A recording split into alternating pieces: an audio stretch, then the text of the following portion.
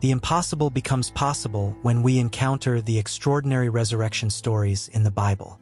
These narratives not only defy human logic but also expand the limits of faith, revealing divine secrets that transform how we see life, death, and the power of God.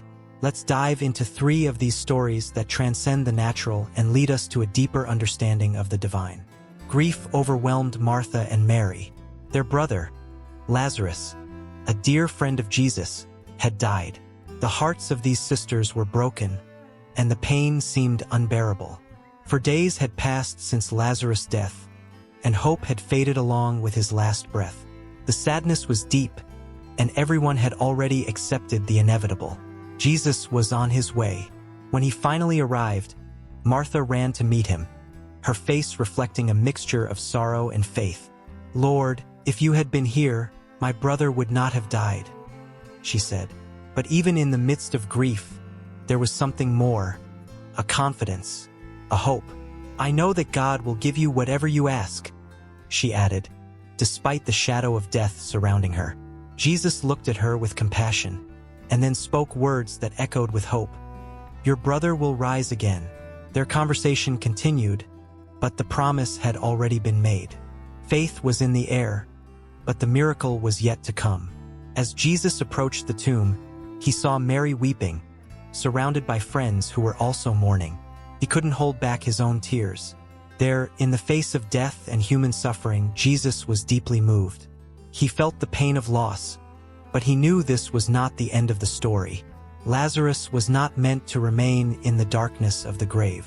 "Remove the stone," Jesus ordered, as everyone watched with a mix of disbelief and curiosity. Martha hesitated, for days had already passed. Lazarus' body had begun to decay, and the smell would be unbearable. But at Jesus' command, the stone was rolled away. And then, with a voice that echoed through the hills and crossed the barriers of death, Jesus called out, "Lazarus, come out!" For a moment, time seemed to stand still. Silence filled the air. And then, before their astonished eyes, a figure wrapped in burial cloths emerged from the tomb. Lazarus was alive. Death had been defeated. The impossible had happened. Tears of sorrow turned into tears of joy. The miracle that defied logic was right before them.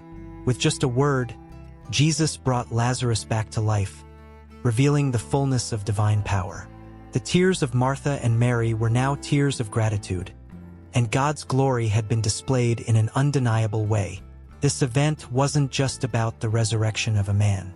It was a glimpse of the nature of Jesus, fully human, as he empathized with his friend's pain, and fully divine, as he exercised power over death itself. The story of Lazarus isn't just about a miracle. It's about the promise that, with faith, even the impossible can become reality. But this wasn't the only time death was challenged by the power of God. Long before Jesus walked the earth, the prophet Elijah was called to fulfill a mission that seemed impossible. During a great famine caused by a severe drought, Elijah found refuge in the home of a poor widow in Zarephath, a small town outside Israel's borders.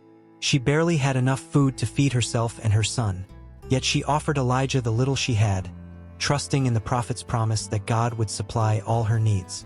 And that's exactly what happened. Day after day, the widow's jar of flour never ran out, and the jug of oil never ran dry. With each meal, the miracle repeated itself. But then, an unexpected blow. The widow's son fell gravely ill, and despite all her efforts, he died. The joy that had once filled her home turned into a cry of despair. She looked at Elijah, her heart shattered, and asked, "Why has God brought this suffering upon me? He gave me sustenance only to take away my son's life." The prophet Elijah, feeling the weight of her pain, took the boy in his arms and carried him to the upper room. There, he cried out to God with all his heart, pleading for the child's life to be restored.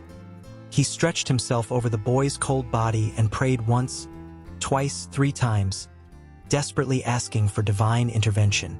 And then, something extraordinary happened. The lifeless body of the boy began to warm.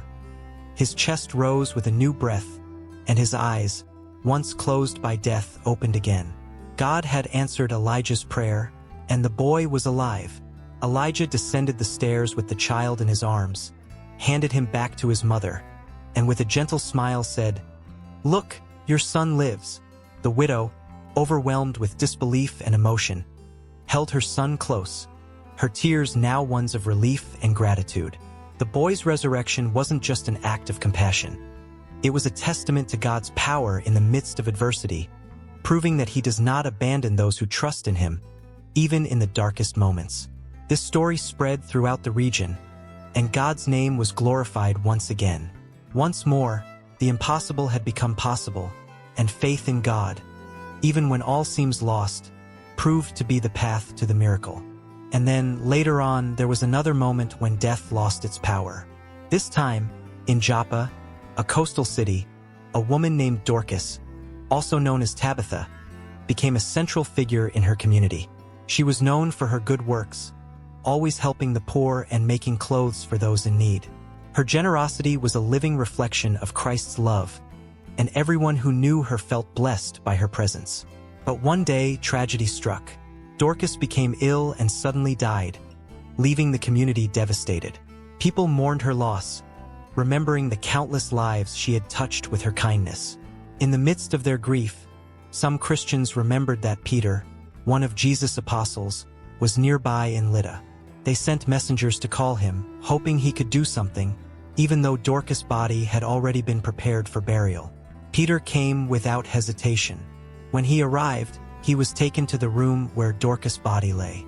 There, the widows she had helped gathered around, showing the clothes she had made, weeping for the woman who had done so much for them. The sadness filled the air, but Peter quietly asked everyone to leave the room. Alone, he knelt beside the body and prayed. His words were not just a request but a demonstration of his faith in God's power. Then, with calm confidence, he stood up, looked at Dorcas and said, "Tabitha, get up." And in an instant, as if death had been nothing more than a brief sleep, Dorcas' eyes opened. She looked around, alive once again. Peter extended his hand and helped her up, leading her out of the room where the community waited, their hearts still heavy with grief. When they saw her standing beside Peter, shouts of joy echoed throughout the house. The one who had been dead was now alive, and everyone recognized that God's power had been revealed once again. The news of Dorcas' resurrection quickly spread throughout Joppa, and many believed in the Lord because of this miracle. Dorcas' life, which was already a testimony of kindness and faith, now became a living testimony of God's power over death. Once again, human logic was challenged, and faith proved its power.